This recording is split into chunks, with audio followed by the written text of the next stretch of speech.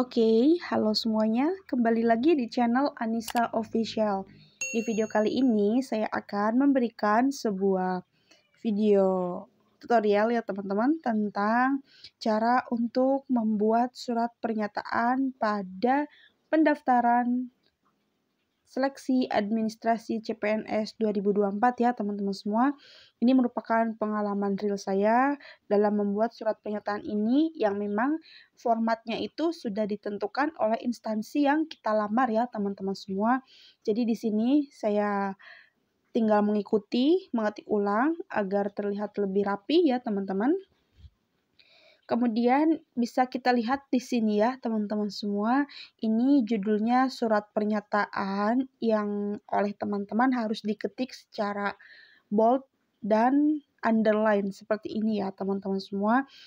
Ini sangat perlu untuk diperhatikan karena dalam seleksi administrasi ini verifikator ataupun orang yang memverifikasi memang cukup teliti ya teman-teman.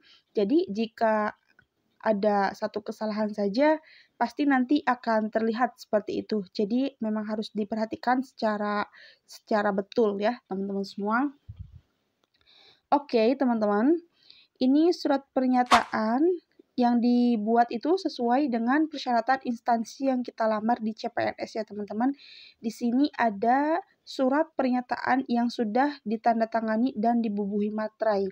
Ini kita sebelum ditandatangani dan dibubuhi materai, kita buat sama-sama dulu ya teman-teman surat pernyataan yang memang kita ketik menggunakan Word ya teman-teman semua di laptop atau PC teman-teman. Nah kayak gitu ya teman-teman semua. Ini persyaratan di setiap instansi pasti sama ini, di semua instansi ada pernyataan dan surat lamaran kayak gitu ya. Dan surat lamaran sudah saya pernah buat di video berikutnya sebelumnya ya teman-teman semua. Jadi ini kita kembali lagi ke Word. Di sini kita lihat dulu nih layoutnya. Size-nya apa, jenis ukuran kertasnya apa. Kita lihat ini memang yang standar itu ukurannya A4 ya teman-teman yang biasa digunakan seperti itu ya untuk surat-surat yang resmi formal seperti ini ya teman-teman.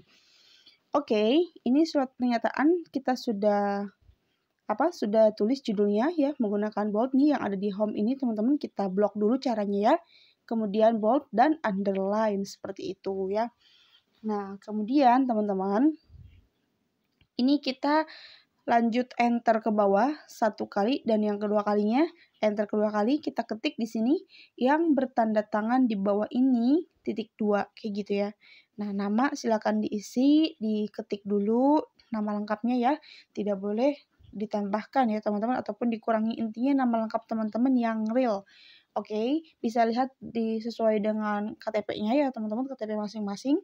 Kemudian di sini ada tempat dan tanggal lahir. Di sini saya Kuningan, tanggalnya tanggal sekian kayak gitu ya, tahunnya sekian juga teman-teman semua. Silakan diisi sesuai dengan tanggal lahir teman-teman. Kemudian NIK nomor induk keluarga di sini. Ini kita diisinya harus real juga ya teman-teman, 320 silakan ya. Ini kan beda-beda setiap orang ya. Jadi diisi sesuai dengan keadaan teman-teman ya. Nah, kemudian itu di situ ada agamanya diisi sesuai dengan kepercayaan masing-masing, sesuai dengan identitas teman-teman ya. Kemudian jenis kelamin, alamat. Nah, di sini alamatnya harus lengkap nih teman-teman.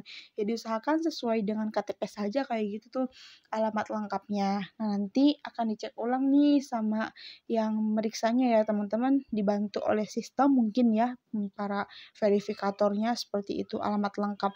Alamat lengkap ini biasanya sampai 2 baris ya teman-teman, jadi tinggal teman-teman rapihkan saja sesuai biar sejajar gitu. Nah, kemudian di bawahnya telah mendapatkan izin dari orang tua. Nah, nama ibu atau bapak ini terserah teman-teman ya, salah satu saja. Kemudian NIK, namanya lengkap ya teman-teman, sesuai KTP. Ini juga sama, identitas di atas ini sesuai KTP, tempat tanggal lahir, agama, alamat. Nah, pokoknya ini Kalau alamatnya sesuai sama kita, tinggal bersama orang tua, ya sudah tinggal dibubuhkan ya teman-teman, kayak gitu. Nah, kemudian nomor telepon atau handphone silakan diisi nomor telepon orang tua kita. Kemudian hubungan dengan pelamar, hubungan dengan kita itu apa? Nah, sebagai orang tua di sini. Nah, kita scroll nih ke bawah teman-teman. Nah, di sini ada inti dari surat pernyataan itu teman-teman. Nah, di sini ada dan selanjutnya dengan ini menyatakan dengan sesungguhnya bahwa saya, nah ini bla bla bla nih, 1, 2, 3 sampai 8 ya teman-teman. Ini banyak sekali dan ini merupakan format yang sudah diberikan oleh instansi yang sudah saya lamar ya. Kebetulan kemarin ketika melamar itu saya melamar di Kementerian Agama, di Kemenag ya teman-teman. Jadi pasti nggak beda jauh lah dengan kementerian yang lain. Jadi tinggal disesuaikan saja dengan instansi yang teman-teman lamar, seperti itu ya. Ini yang pertama ada setia kepada Undang-Undang Dasar 45, Pancasila, NKRI, dan pemerintah yang sah. Kemudian yang kedua tidak pernah dipidana kayak gitu. Yang ketiga tidak pernah diberhentikan dengan tidak hormat ya teman-teman. Kemudian yang keempat, tidak berkedudukan sebagai calon CPNS. Nah, untuk yang sudah CPNS itu tentu saja tidak bisa mendaftar lagi ya teman-teman. Kemudian tidak menjadi anggota partai ini ya. Nah, itu tidak boleh yang sudah menjadi anggota partai. Yang keenam, bersedia ditempatkan di seluruh wilayah NKRI. Ini harus siap sedia ya teman-teman. Nah, ini makanya penting sekali untuk membaca terlebih dahulu, memahami memang kalau menjadi PNS itu tidak bisa terserah kita, jadi harus memang siap ditempatkan di mana saja nantinya kayak gitu. Kemudian yang ketujuh, tidak pernah dan tidak akan terlibat dalam penggunaan obat-obat kayak gitu ya teman-teman yang terlarang tuh. Kemudian yang kedelapan, telah mendapat izin tertulis kayak gitu dari suami istri ataupun orang tua kayak gitu. Nah, kemudian yang terakhir nih ada penutupnya. Demikian pernyataan ini saya buat dengan sesungguhnya. Nah, silakan teman-teman ikuti ini kata-kata ini yang memang sudah didapatkan dari instansi tersebut ya teman-teman. Kemudian dicantumkan nih pembuatan suratnya di mana, tanggal berapa ya teman-teman, dan yang membuat pernyataan nama bapak dan ibunya atau salah satu ya teman-teman, atau ibu, bapak.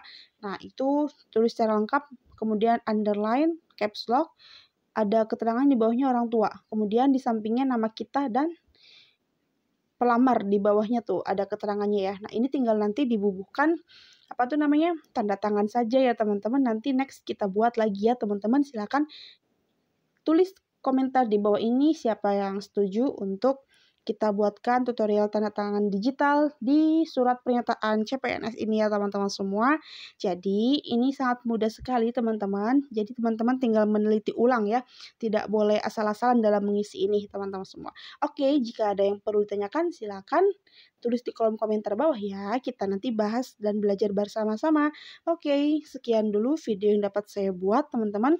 Jangan lupa klik tombol subscribe. Bye, sampai jumpa di video berikutnya teman-teman. Dah.